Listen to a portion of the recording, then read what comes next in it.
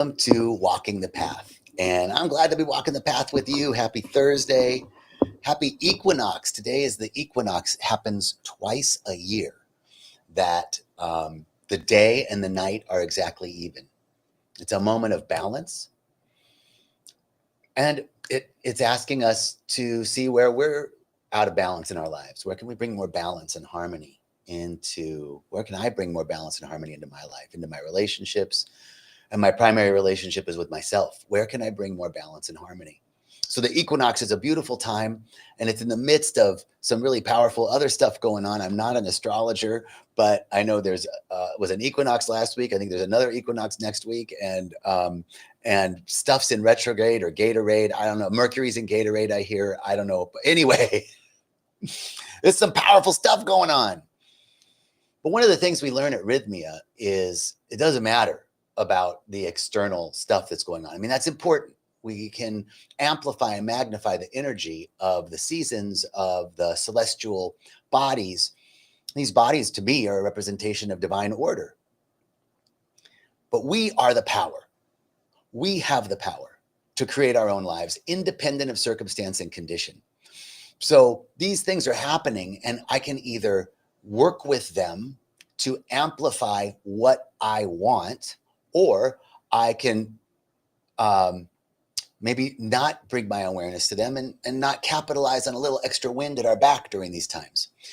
What I was saying is that at Rythmia, this amazing place where we learn, each of us come to learn something here. And what we learn is that when we're whole, when we come back together to a place of wholeness within us, there's nothing that can stop us. We are the most powerful beings on the planet if we are aligned, if we are connected to ourselves, which is God.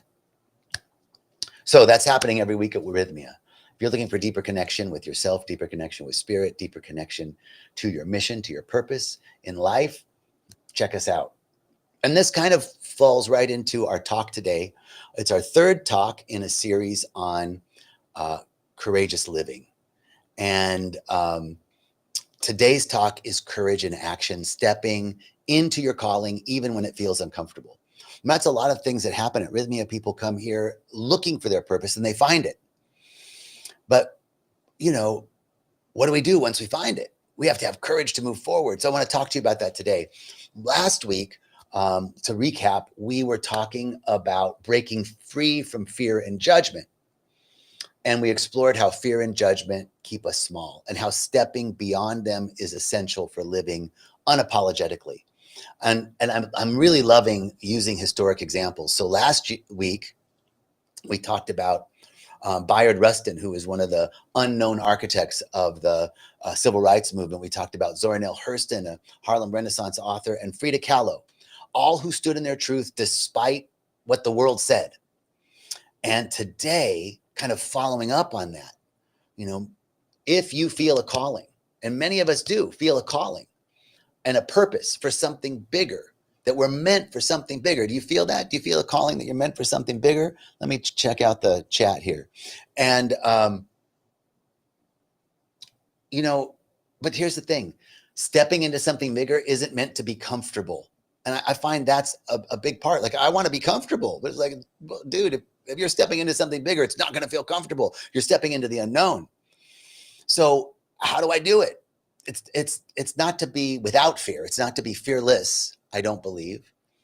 I believe that it's being with the fear and moving forward anyways. So today we're going to look at how certain people in history, both known and unknown, have taken bold steps towards their purpose, even when it scares them. And hopefully, to me, this was inspirational. So I want to share this with you.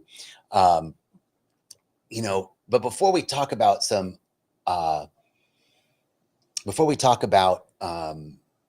examples, I want to explore why we resist the calling, why the calling is uncomfortable.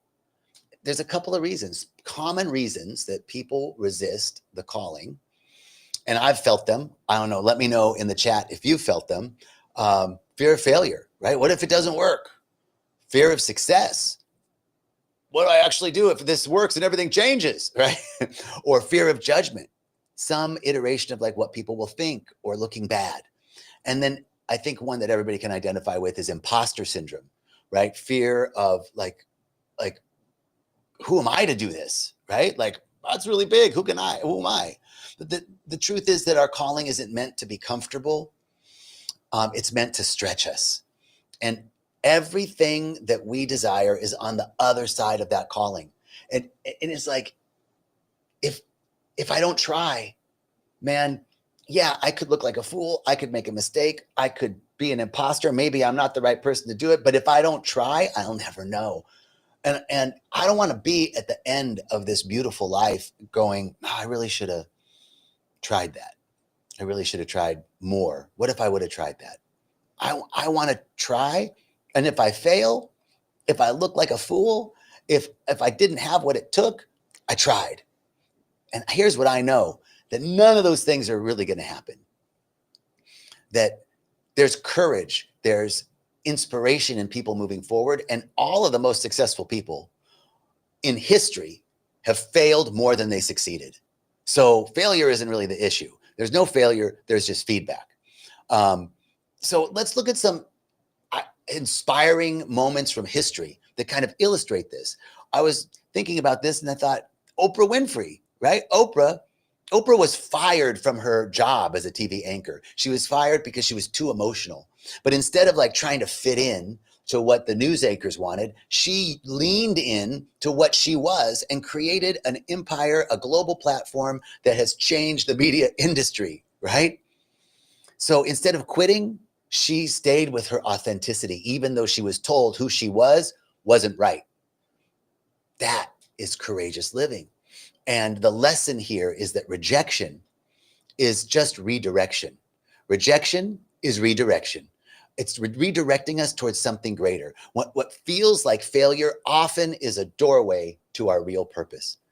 Now, okay, Oprah's a great example, but I was interested in people that we might not have heard of. And I came across a lady, Clara Luper, who was a school teacher in Oklahoma City. And in 1958, she was the one that actually started the sit-in movement. The first sit-in was in Oklahoma City, 1958. She and 13 of her students went to a drugstore, a whites-only drugstore, and politely asked for service. And they were ignored for hours, but she refused to leave. And this was one of the first sit-in protests in America, way before the Greensboro sit-in.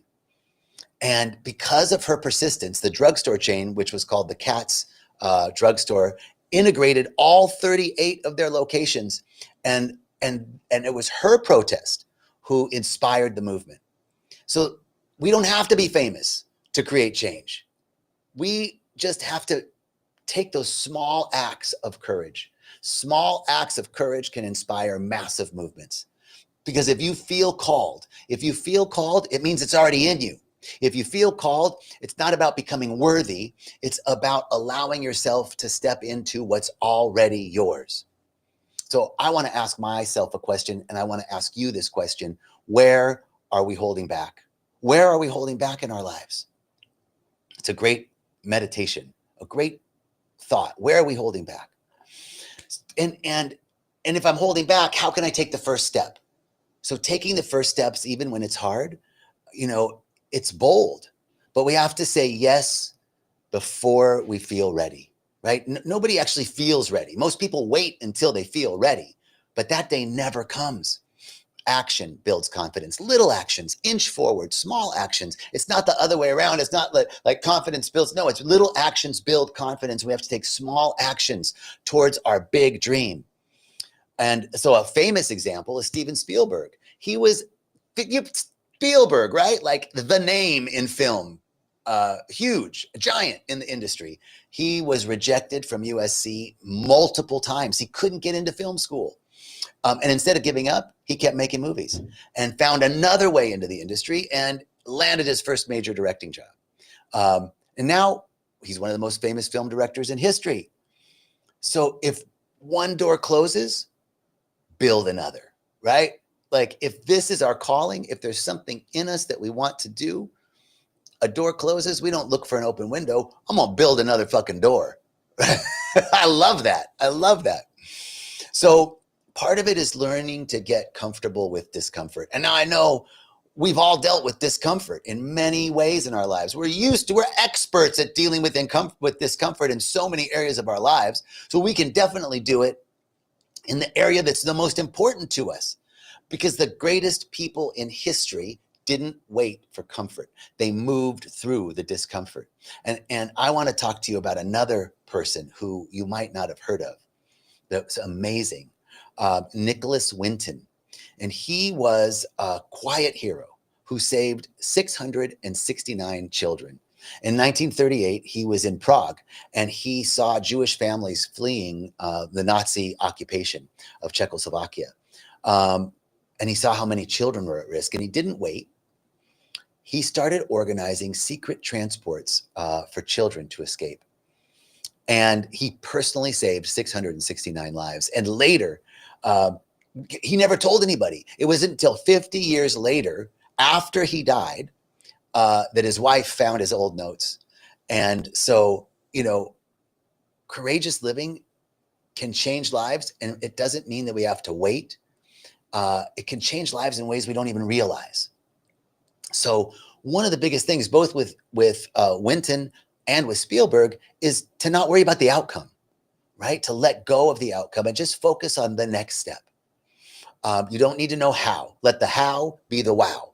Just take the next step. Inch forward. Little teeny steps build our ability, right? Build our courage. Little steps help us to become more courageous.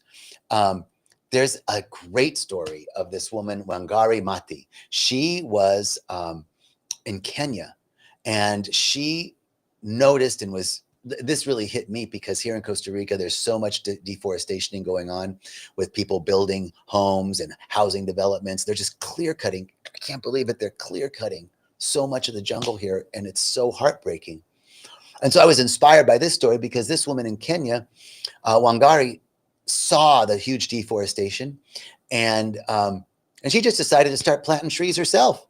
Like, I'm going to plant some trees. I'm going to do something. And then she started organizing other women, and she got thousands of women to start planting trees across Kenya. And she built this green belt movement and planted 50 million trees. I mean, changes start small. One tree, one action, one step at a time. Faith is taking that first step, even when you don't see the whole staircase, right? It's like when you're on a dark road in the middle of the night and there's no moon, it's pitch dark, and your headlights can only see so far ahead. You're not stopping the car because you can't see far ahead. You keep going because you know there's more road, even though you can't see it. That's what this is. One small step, just from what you can see in front of you. Follow that step, and amazing, amazing, amazing things happen. What's one small step that you can take? One small step, just inch forward in your life. And this really comes to taking daily action, right? The power of daily action. It's not just for big movements, it's the small choices we make every day. So saying yes to your soul's calling in small ways each day creates momentum. So what are some small actions you can take? Like speaking up in a meeting, setting a boundary that honors you, sharing your work with the world, just expressing it, saying no to something that you feel like draws your energy away, or trying something new, even though you're not perfect at it. These are all examples of taking small steps. So share a time, if you want, in the chat. Share a time. I'm seeing people are, okay, Ben. Hey, Ben. Ben says, let me see this. I'm scared every day. You and others have taught me that courage only comes from fear, which has allowed me to embrace fear as a strength. And there's love on the other side of this fear. Oh, it's beautiful, man. Thank you so much. Thank you so much for sharing that. So courage isn't about just one big moment. It's about a bunch of little ones, just like Ben, every day taking a step forward. So I think one of the things that really helps me is a mantra or a statement that helps me to remember So I want to give you one that has helped me. I'm ready now. I'm ready now. I don't need permission. I choose courage. I'm ready now. I don't need permission. I choose courage. And then maybe for the next week, between now and the next walking the path, take this challenge on to take one action, one step each day, one small action daily that stretches you a little bit. Journal about it, reflect on it. What changed? How do you feel? And in fact, imagine yourself now. Imagine yourself right now in the future. Right now, imagine yourself in the future. And you fully stepped into your calling, right? What's different in your life? How do you feel seeing that calling already done if you were doing that thing? And then come back to today and see what one little step you can take to get there. Don't try and figure out the whole Magnus Opum.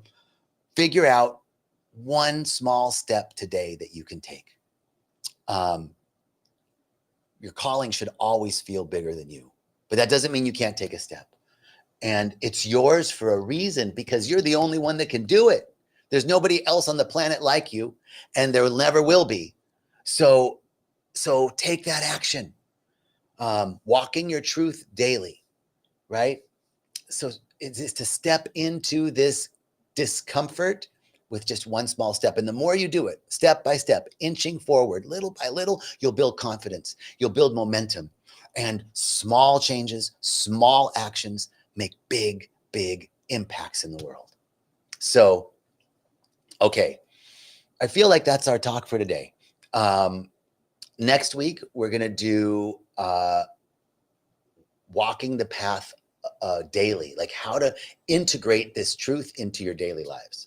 So that'll be our talk next week. Have a beautiful equinox. Thank you so much for joining us today. I hope you have a beautiful day. Blessings. And never forget that love is eternal. And so it is.